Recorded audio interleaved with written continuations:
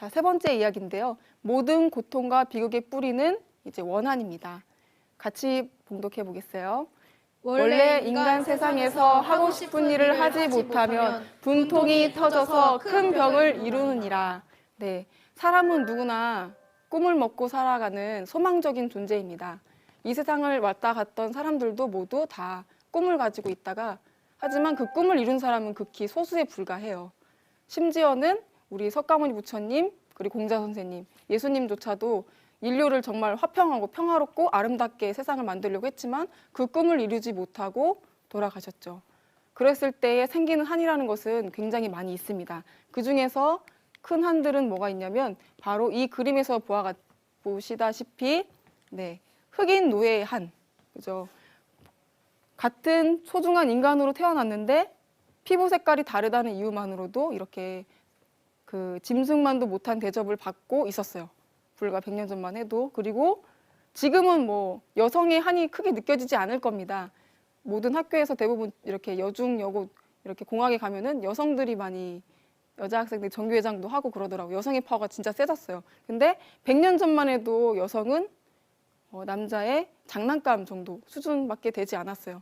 남자가 없으면 밖에도 못 나가고 요즘도 그런 나라 있죠. 차도로 쓰고 그죠. 집 안에만 있는 나라도 있어요. 그리고 전쟁이 일어났을 때 이렇게 이름도 기억되지 않은 그런 수많은 병사들이 있고 그리고 나라를 위해서 뭔가 이렇게 백성들을 위해서 편안하게 해고자 한번 이렇게 혁명을 했지만 그게 실패를 해서 역신으로 몰려 죽는 경우도 있습니다.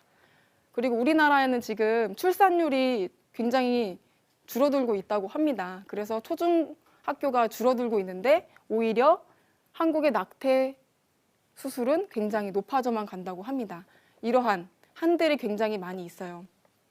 그리고 개인으로 보면은 뭐 얼굴 못생겨서 그런 한도 있을 거고 공부 못한 한도 있을 거고 그런 학업 스트레스 그리고 가정에서의 불화에 관련된 스트레스 그런 것들이 쌓이고 쌓이다 보면은 결국 자살을 한다든지 그죠?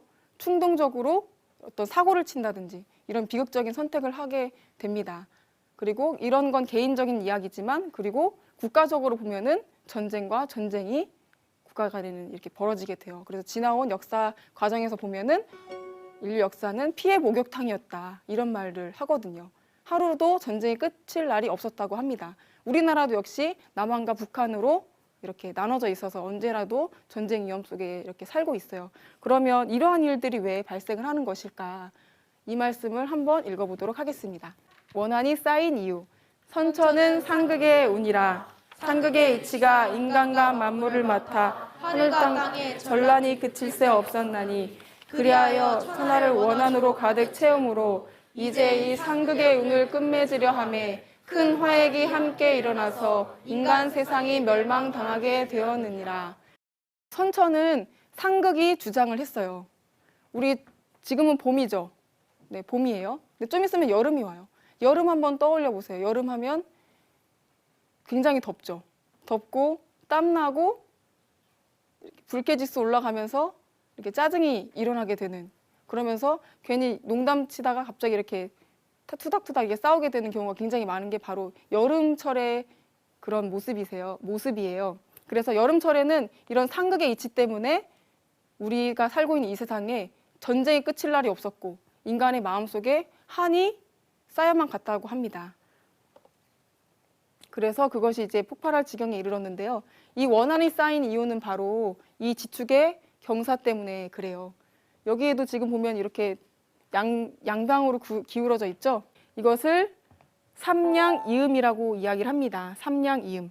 양의 방향으로 기울어져 있어요. 그래서 모든 사람들이 바르게 살려고 똑바로 살려고 마음을 먹어도 작심삼일, 3일 만에 그것이 의지가 꺾이는 경우가 많고 그리고 착한 마음을 품고 열심히 살아야지 하다가도 그것이 뜻대로 이루어지지 않는 경우도 있어요. 그리고 시간이 흐를수록 빈익빈 부익부가 강해져만 가고 있어요. 잘 사는 사람은 더 잘 살고 못 사는 사람들은 더 못 사는 그런 양극화가 벌어지고 있어요. 하지만 이러한 그 질서가 앞으로 가을 개벽이 지나면 정음정액의 세상이 되면서 세상이 정말 이렇게 아름답게 펼쳐진다는 것을 알 수가 있습니다. 네, 이것은 이제 종도사님 말씀인데요. 네, 같이 읽어보도록 하겠습니다. 선천은 인간이 태어나고 살아가는 대자연의 섭리가 상극을 바탕으로 하고 있기 때문에 인간의 원한은 피할 수 없는 문제다. 상제님은 바로 선천 상극 세상에서 누적된 원과 하늘에서 모두가 한 마음으로 사는 상생의 세상을 열어주시기 위해 이 땅에 오신 것이다. 네. 그래서 선천에 쌓여있던 원한과 그런 모든 것들을 풀어내기 위해서 상제님께서 천지공사를 보시고 이 땅에 이제 오셨습니다. 근데 상제님께서 천지공사를 보실 때 어떻게 보셨죠? 신명들에게 명을 내리시고 신명들을 부리셨어요. 그래서 천지공사는 신명공사라고도 보통 이해할 수가 있는데요. 그러면 나도 상제님처럼 신명에게 명을 내릴 수 있다. 우사를 불러서 비를 내리게 할 수 있다. 이런 분 혹시 있으세요? 네, 아직은 우리가 그런 경계까지 가지 못했습니다. 그렇기 때문에 우리는 신에게 명을 부리는 사람이 아니라 신과 하나가 돼서 일을 해야 되는 때인 것입니다.